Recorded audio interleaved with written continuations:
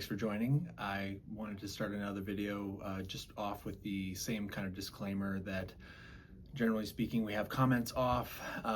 If you need to reach me, call my office and or use the web portal that we have available. So we've already covered a couple topics, and I want to kind of keep moving on with topics that are important and that have a lot of conversation. So today I'm going to talk about spinal cord stimulators.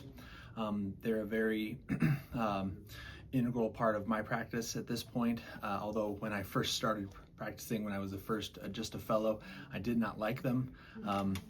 They were very large, they were very clunky, there was a lot of charge burden, there was a lot of downsides, drawbacks to them. So they have obviously changed as all technology has. They've become much smaller in size. They've become much more durable, much better able to interact with other technologies like MRIs, and just generally speaking, an all-around a much better product. So I'll just talk generally about spinal cord stimulators. There's a lot to say about the topic, but I want to just have an introductory video, probably when I get enough feedback from patients and certainly anyone else about specifics and wanting to know specifics about them, then I'm happy to make that video. So the stimulators, the spinal cord stimulators, they're basically I like to say a pacemaker for the spine. There's a device that there's wires that go into your spine. Generally speaking, I put them in the middle back, but I also put them in the neck. And these wires live in the epidural space, which is just dorsal or exterior to the spinal cord itself. So it's not in the spinal cord, but it is just next to the spinal cord. And because a wire is so close to the spinal cord, it can use a very small amount of electricity to more or less create a magnetic field around the wire, which will allow the magnetic field to penetrate the spinal cord substance of the spinal cord, and that magnetic field can interrupt the electric signals that are traveling up and down in the spinal cord itself. So we're more or less trying to mask or block the messages, say from the legs, that are traveling through the spinal cord up to the brain, of course the arms and the belly and anywhere else, but messages that are coming, if they're coming incessantly and they're painful, they're disturbing the patient, then that's a really unique way to treat pain. I like to say it's pain from any source, but maybe a better way to say it would be nerve pain. So pain that is carried by the nerves, that is inherent to the nerves. This could be a nerve injury, this could be a spinal cord injury, it could be an injury from stroke, it could be an injury from a trapped nerve in your leg that is at times carrying messages all the way from your foot all the way to your brain. So any nerve that is injured more or less is a gettable treatment. Now we're also expanding this into other areas of maybe not what we would consider nerve pain anymore. We would just call it, like, say, classic knee pain or classic low back pain, arthritis pain, because more or less the nerves are the messengers. The nerves are the ones carrying the messages of this discomfort to the brain. So if we can limit it, if we can filter it, it's a lot like putting sunglasses on. If you are going outside and it's a sunny day, well, you still want to be able to see. You still want to be able to be obviously feeling your body, but it would be nice to not have to feel so much of it, to not have to see all of the light, so you can block out a good percentage of the light and still enjoy being outside. So you can use your body, you can do the activities that would normally cause you pain, but it can be just less intrusive into your life. And if that translates to better activity, better health, if that translates to a more active lifestyle, then you're better off. But it does not cure, and that's a key point here. The current state of the art with spinal cord stimulators is not curing the disease, it is masking the pain. So take diabetic neuropathy, for example. You can reduce the burning, tingling, itchy, stabby sensations with but you're not going to improve the nerve function. You're not going to gain back, say, like the sense of touch or the sense of texture, on your feet. So your feet are still going to be numb, but it's just not painfully numb. And when the perfect world happens, where we get healthier and we do all these other things, we're able to walk more, we're able to be active, we're able to sleep better, maybe that will enable our body to heal and gain back some nerve function, maybe. But the only promise that the stimulators really offer that I can guarantee you is a reduction in the pain, the annoying sensations. So spinal cord stimulators writ large in all areas are very much a mask. They're often a late resort, not a last resort, because nowadays they're not as expensive as a very large spinal cord surgery, a spine surgery. They're not as invasive as a knee replacement or an ankle replacement. They aren't. They do have sort of side effects and possibilities for side effects, but we like to think of them as minimally invasive, and they're actually reversible as well. So the device, the wires, the batteries, everything can be removed again. So it can return back to the normal pre-surgical state. So I think spinal cord stimulators hold a lot of promise. I'm very excited about learning about them and being involved in research related to them and their uses beyond, pain, but certainly within the realm of pain. So that's an active area for me, and that's why it's an early video here, because so many people have maybe heard about them, maybe they've had prior pain clinics, maybe they've even been to had one put in, and this was perhaps 5 years ago, and it didn't work, and they had problems with it, or it just was a flash in the pan, and ultimately they abandoned it, or they stopped using it, or it was too much of a hassle to use. So plenty of people come in and they've had those negative experiences, or they've had friends or family, neighbors, church members who've had those experiences, and so that sours them to any kind of discussion about SCS, which is unfortunate because things have changed a lot. And as I started out the video saying, I wasn't even a fan of them back so many years ago. So I think there's now a clear role for them, and they are part of my practice. I do, maybe 80 a year, which is quite a lot, and I talk about them with patients often, even at the very first visit. But that's kind of underscores the idea that it is an important feature, and most patients who come to me often have been through, you name it. They have had surgery, they have had numerous medications, they have had therapies, other treatments they've tried. So they're often at a late stage, and we're talking about it. But even saying that I might talk about the stimulator at the very first visit, I think it's very true that I usually don't do an implant on a patient until I have been taking care of them for 1+ years. And that really goes to show that there's a lot of effort to do everything that is more conservative, everything that is more basic. And so if we can work through the other possibilities, the other treatments, and have success, then great. We have success and we're happy, and we don't have to revisit the spinal cord stimulator.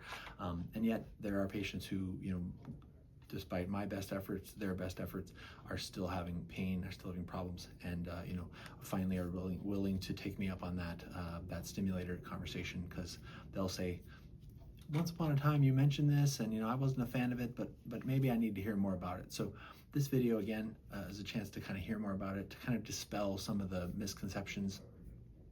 A common misconception is that these batteries, aren't compatible with MRI. That was true 5 years ago. That was definitely true 10 years ago. Literally none of them were MRI compatible 10 years ago.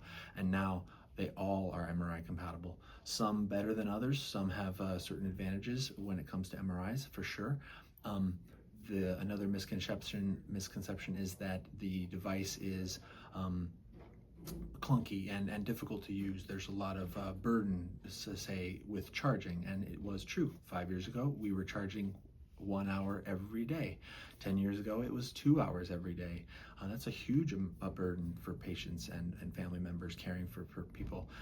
But nowadays, the charge burden is more like half an hour, maybe every other day, every third day. Sometimes patients tell me they only charge once a week for an hour, and that's everybody's personal preference. I tend to recommend that people charge almost every day. If they charge for 20 minutes a day, even if that's because the battery power has gotten down to 50% and they charge it up to 80% and in a 20-minute period of time, and then they put the charger back on its charging stand and they use the device for the next day. That way, if they get a busy day and they forget or they skip a day of charging, they're still good. Maybe they're down to 20% charged by the second day. Well, they spend 30 minutes charging and maybe they only get it up to 70% full, but they can more or less live in that sort of sweet spot, the sweet spot of the charging between sort of 80% and 20%. Anyone with an electric vehicle kind of knows that that's actually the sweet spot that we want to have. And even my cell phone, when I bought it, a newer phone, it came up with a like, hey, we recommend for maximum battery life that you only ever charge it to 80% full, and never discharge it more than down to 20%, 10%. So we're living in that kind of 80-20 range, and when we do, we have really phenomenal battery life. We have plenty of battery life to get us through a day, and each charging session can be more or less routine. So lots to say about battery technology improving. All of the compatibility with other devices is another common misconception. People say, oh, I have a pacemaker, I can't have a stimulator. And the short answer is, yes, you can have a stimulator. And the longer answer is, well, what brand is your pacemaker? Is your pacemaker a Medtronic one? Well, that's probably a good reason to use a Medtronic device for stimulator. Not because the other devices are incompatible with it, but because there's the best chance of troubleshooting. So if a cardiologist called me up and said, hey, this person's stimulator is messing with their pacemaker, I would say, well, that's a problem. Let's fix this. Let's get to the bottom of it. And if I have only one company to call, Medtronic, and say, hey, help me sort out this person's issue, I have to date never had a cardiologist call me and tell me that, but we certainly plenty of patients worry about it and ask about it and wonder about it. So we're aware that that's a drawback. And again, there's so many devices in people's bodies now. There's devices for sleep apnea that stimulate your throat. There's devices in the low back, in the sacrum, that stimulate the bladder. There's devices in the brain that stimulate the deep brain stimulator. So numerous sort of the modern medical approach is definitely full of implanted devices, and we know about them, and they are compatible, more or less. We have always, it's a consideration, but they are compatible. Other misconceptions just generally is that I can't get any other care, or maybe once we do this, then we're giving up on me. We're thinking, well, we've done everything and now we're doing this last thing, and whatever it gives you, that's it, you're done. And couldn't be further from the truth. Certainly patients that I have would like to be done. They would like to be through the gauntlet and get their stimulator, and so many of them do. They literally get their stimulator, and then I don't see them for 3 months, 6 months, and the 6-month visit is a checkup to see how they're doing and maybe get their device, downloaded and to update their software and things like that. So the 6-month visits are fun. They're like a little catch-up time, a little social visit, but it's always excellent, and I love that these patients are graduating from me.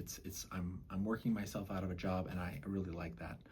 And of course, there's patients who say, well, my back is good, the stimulator's helping my back or my leg pain, but I've still got this shoulder pain. What can we do about it? And exactly that, we can get MRIs, we can treat, we can do procedures, we can do other things. And vice versa. Let's say we did a stimulator for someone's back and leg pain, and maybe the stimulator had helped the leg pain but not the back pain, and they get to see their surgeon. The surgeon recommends more surgery. They're willing to take them up because the surgery is going, because the stimulator is not helping enough. And at the end of the day, even the device most of the time is able to be retained. You can keep the device in, because it's, as much as it's treating low back pain, it's actually located in the middle of the back, or higher.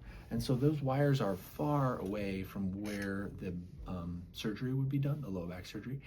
The battery is also out of the picture. It's off to the side. It's out of the way.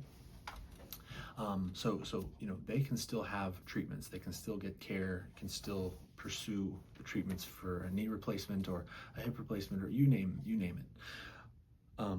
So those are some dispelling kind of myths, or at least some misconceptions. Other things that have changed and are improved dramatically, so patients say, well, my neighbor told me that their device is really big and really annoying and they're sitting right on it. And I have seen a few things over the years, people getting these devices implanted sort of in maybe what I would say the wrong place, but too close to the low back. That is a problem. You're sitting on it, you're leaning on it. Too far down into the butt cheek area, you're sitting on it. You can't get comfortable in a typical sort of seat or car seat. So there are ways to put it into your body in the correct location. There are some batteries that are bigger than others. So if you happen to be very small, very thin, then we need to use the batteries that are the best for you. And so those are workaroundable problems. There's also a consideration which I think is still very relevant and more relevant as people are living longer. They're living longer, but they do have memory problems, and they do have and lean on their family members or their supports a lot more. And that's so, to say, the keeping track of this device, the running of the device. So historically, you had to manually get out your remote control, tell it that you needed something, you needed more pain relief, you needed it to be stronger. Oh, it was uncomfortable, too strong, maybe buzzing you. You didn't like that. You're about to go to bed. You don't want to have that sensation in your body while you're trying to rest. And resting time, sleeping time is not a particularly painful time. So you're manually dialing the device down with the remote control. The modern devices, the best devices, are running in a way that's what we might consider automatic. They'll detect that you're laying down, and they will sort of put themselves in the laying down mode, or they'll be trainable in the sense that they'll notice that it's evening time, and that's a routine for you, and so they'll dial themselves down. Or best yet, they will run completely autonomously, and more or less just give your body what it needs without you having to input it. Of course, you can always, to this day, you can still absolutely override and input more or less, or turn it off whenever you want. But just that these devices are becoming smarter, and they're learning from the millions of hours of therapy that's delivered across hundreds of thousands of patients. So the devices are becoming very smart in a way that is, I think, good, a good overall simplification of how we can interact with them. And I think that's a future that will be better. So for people whose memory isn't as good, who struggle with things like routine charging, there's going to be ways to get around that, and to automate the sort of interaction with somebody. Because if somebody said, it used to be a deal breaker if a patient said, well, I'm not very good at technology, I don't have a smartphone, I couldn't program my VCR if you asked me to, and we would say, well, maybe this technology is not for you, because you're going to have to be able to turn this on and turn it off and interact with it.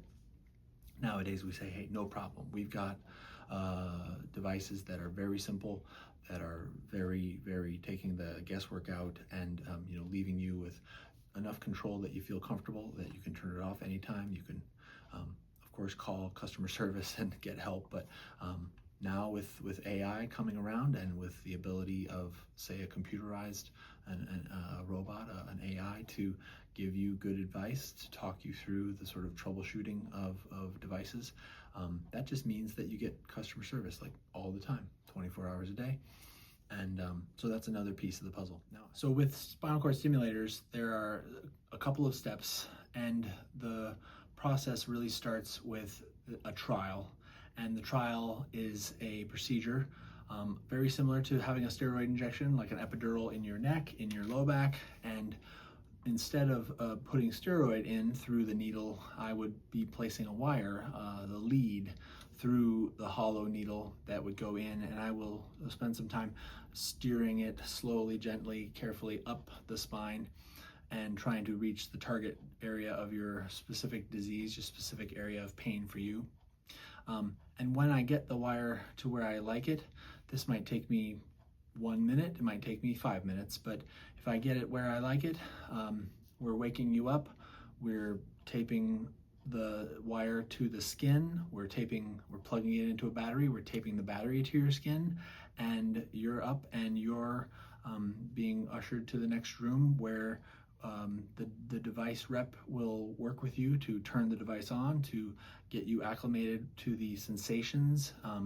We'll give a little bit of education about what we're supposed to be doing during the week-long trial, and you'll go home and you'll live with this thing taped to your skin literally for an entire week. And during that week-long trial, that's what I like to call the sort of moment of truth, because as much as I say this is the right thing for you, this is the procedure you need, this is the way to treat your pain, you get to tell me if I'm right, and you get to live with this machine, the electricity, the sensations or lack thereof in some cases.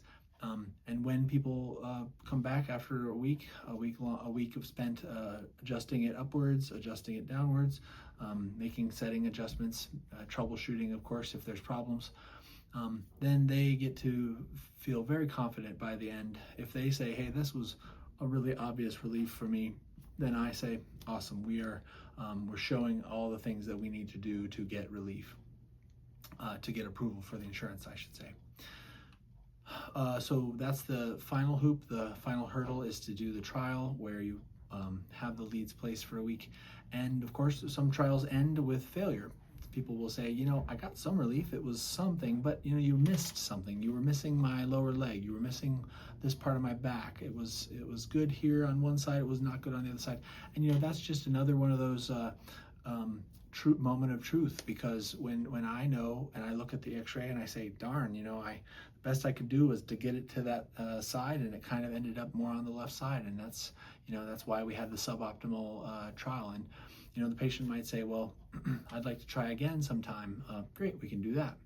Or they might say, well, if that's the best we can do, because my anatomy is really difficult, and it was only my one leg, or it was only my low back and didn't get my feet, people still can make a decision for themselves about whether or not that is good enough. Obviously, we want to get everything and all the pain, but just being realistic that anatomy is difficult sometimes, and I'm not perfect either, so we just do the best we can. When we have that trial information, we get a lot of information from it. We get the answer, is it or isn't it good, but we also learn, can I tolerate the battery where it is on my skin? Can I, that location, that side?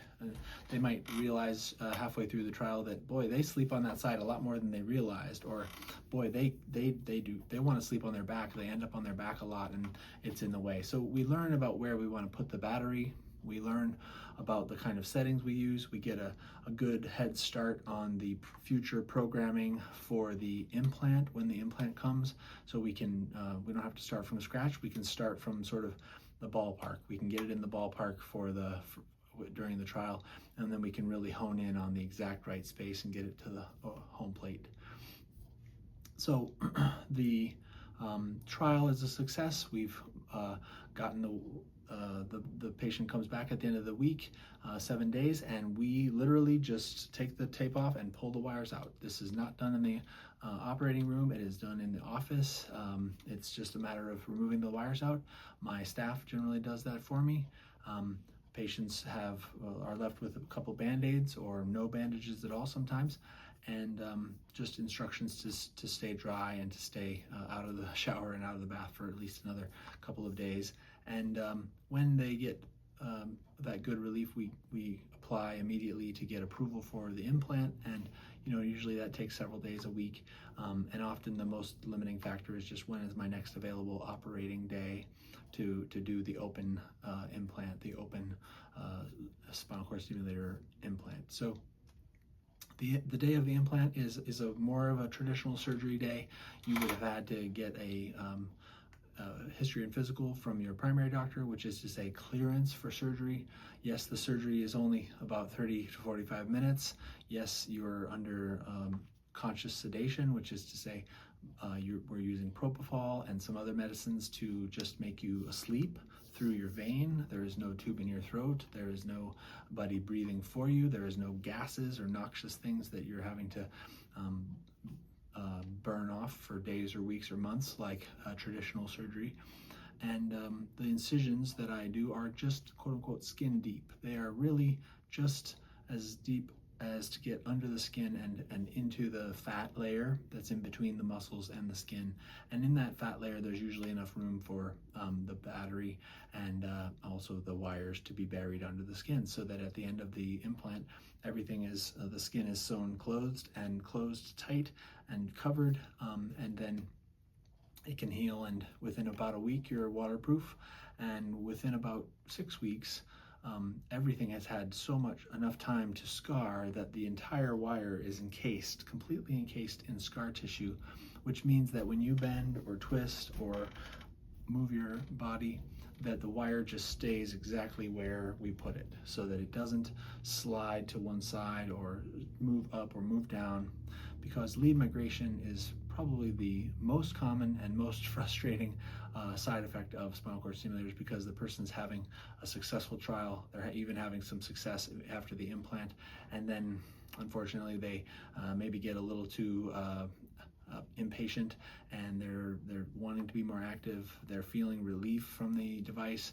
they're very excited about it, they move, maybe they fall, and because they fall, the wire moves out of position. So often we can recapture that, and we can still program around the movement of the wire. Usually the migration is small, but if there's enough migration, then that it's out of position completely, then we have to basically do the surgery over again, cutting the incision for the midline, cutting the battery incision open again, placing the wire again properly to the location we want, and then sewing it back closed again, which is another round of trauma, another delay to the inevitable, eventual, hopefully relief.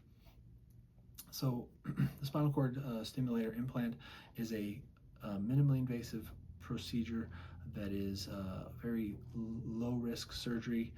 We often get patients who, again, aren't very healthy, who often have a lot of medical problems, and we sedate them enough to make it tolerable, and they don't remember anything, of course, which is great, but they're not intubated, and it's not a hospital-based surgery, and for all but the most extreme cases. And then the recovery time is very minimal. People are driving the very next day. They're walking the very same day. They're home the same day. They're taking pain medications, and they're doing what they need to do to behave themselves, to not move or twist or bend too much, but certainly not the major limitations with weight bearing or anything like that. So the spinal cord stimulator, I think, is a really great option. It's when used in the correct patient who's been thoroughly evaluated and worked up, and it's the answer to the question, what do we do next when it seems like nothing else has worked? So I'm always interested in talking with patients about it. I'd love to hear questions and comments from you, not on the video, but just in person. So please do come see me and come see us. And everyone, thank you so much for your time and for watching, and we'll see you on the next video.